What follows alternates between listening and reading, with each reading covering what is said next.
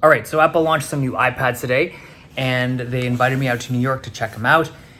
They are, they're iPads. Now, as I was playing with them earlier, the first thing that just kept running through my mind is like, this thing that I'm playing with, the iPad Pro with that new Pencil Pro, is, I think, the most advanced piece of tech that Apple has in their entire like consumer product lineup. More advanced than their laptops, like all of their, it's crazy. It's so wild, but it's just an iPad. It's so strange to me that their most advanced consumer electronic is a tablet. Now, the reason why I say it's like the most advanced piece of tech that Apple makes is for a bunch of things. First, that screen. There's just so much happening to be able to pull off a 1000 nit sustained brightness OLED panel.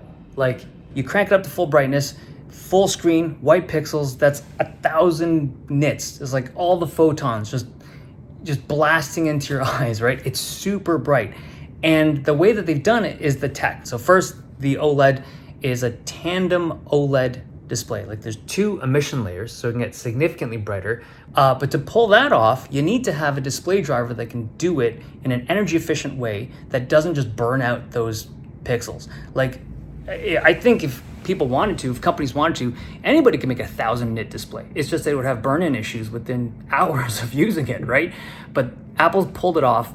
The way that you prevent burn-in, I think, is to use that tandem OLED tech. But then in order to drive those two displays, or those two layers, you need to have the type of tech that's in that M4 chip to be able to have the energy efficiency to make the display drivers be able to pull it off. Like, it's just so much stuff has to be in the right place and the right timing to make that display hit 1000 nits sustained. And they've done it. And it's a very bright screen. Now, visually, when I look at that panel, it doesn't look special in terms of like the actual image quality. If you look at like a Samsung Tab S9 Ultra, that's also a really nice display, but that thing hits like 500, maybe 600 nits peak at for like sustained, right? So it's really just the brightness that you're getting out of this tech, but it's very impressive that they're able to do it. I mean, even laptops, like the latest laptops, those hit like also 500, maybe 600 for sustained brightness. It's really hard to hit 1000. The thing to keep in mind though, is 1000 nits isn't double the brightness of 500. It's like, you double the nit count, you maybe get 25, maybe 30% more perceived brightness, but it's still a really bright screen. And then when it comes to HDR content, because it can hit 1600 peak, like for like little parts of the screen hitting 1600 nits, it's a really nice looking screen. But then on top of that, these iPad Pros are super thin. The 13-inch in particular is like crazy thin, 5.1 millimeters.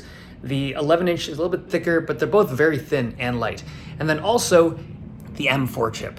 Again, it's crazy that the M4 chip first appeared in a tablet, but it's here, and very energy efficient supposedly, and also really strong performance. It seems like a really good chip, but I think that's something you need to test extensively, and I'll probably get into that in my review. The other thing that was really neat, so those displays, they have an option for this nano texture. It's like a finish that is a slightly diffused kind of coating, or a diffused finish on the top of it. Now, the first thing I thought was like, when I saw it in the announcement, I was like, there's no way they're allowing people to just scratch a pencil on it, right? Like the Apple Pencil.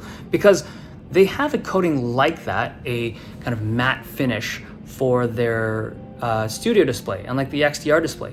And those finishes on their monitors are so delicate. They supply a very special like cleaning cloth for it. And it's just like it's a delicate finish. But on the iPad, I know it's not the exact same finish, but they're just allowing people to you just use your pencil. No problems. You just scratch away at it. And I was like, wow. Now, I mean, it's obviously not for everyone, a coating like that. I do think that when I was looking at the image, it's not as sharp as like a regular glossy finish.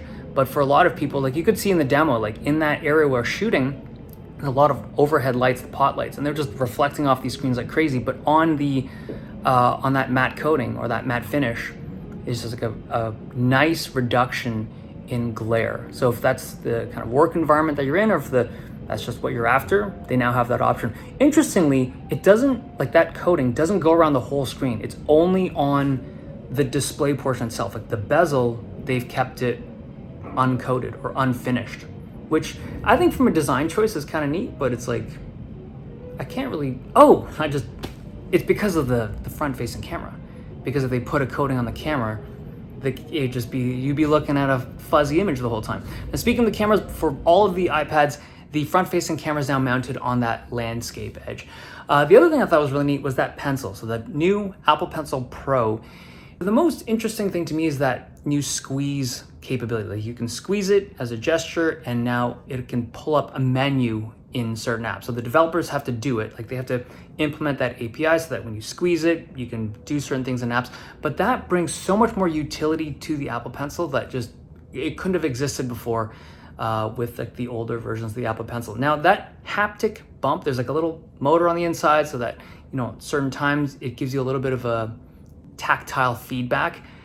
It's really subtle. I think there's utility to it for sure. Like for people that are using professional apps and you have a workflow and you want to just make sure that you performed an action or you did something, that haptic feedback is really nice, but I don't think for the average person it does anything. It is really neat though. And the fact that they're able to stick that tiny motor inside that device, really cool. Now that barrel rolling orientation, like the whole ability to just like adjust the rotational configuration of the Apple Pencil, if I'm using that word right, is so cool. Like it's really neat, but I think in order to really appreciate it, you have to be some kind of like digital illustrator or some artist. Because for me, when I looked at it, I'm like, this tool looks really neat if I knew how to draw, but the tech is really cool. I have seen that before on a few older devices, but I remember on one of the Wacom tablets that had that tech, I remember the battery life being like horrifically short. So it's neat that they're able to pull this off again on like a rechargeable thing like that.